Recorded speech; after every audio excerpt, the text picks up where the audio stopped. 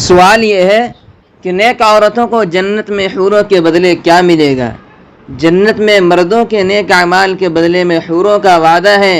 جبکہ کئی خواتین کہتی ہیں کہ ہمیں کیا ملے گا؟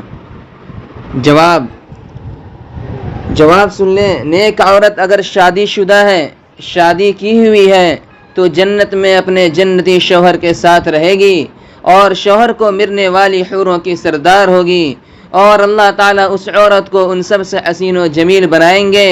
اور خوبصورت بنائیں گے، اور وہ میاں بیوی آپس میں ٹوٹ کر محبت کرنے والے ہوں گے۔ اور اگر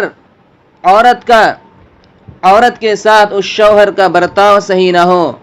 اور وہ شوہر جس نے عورت پر ظلم کیا ہوگا،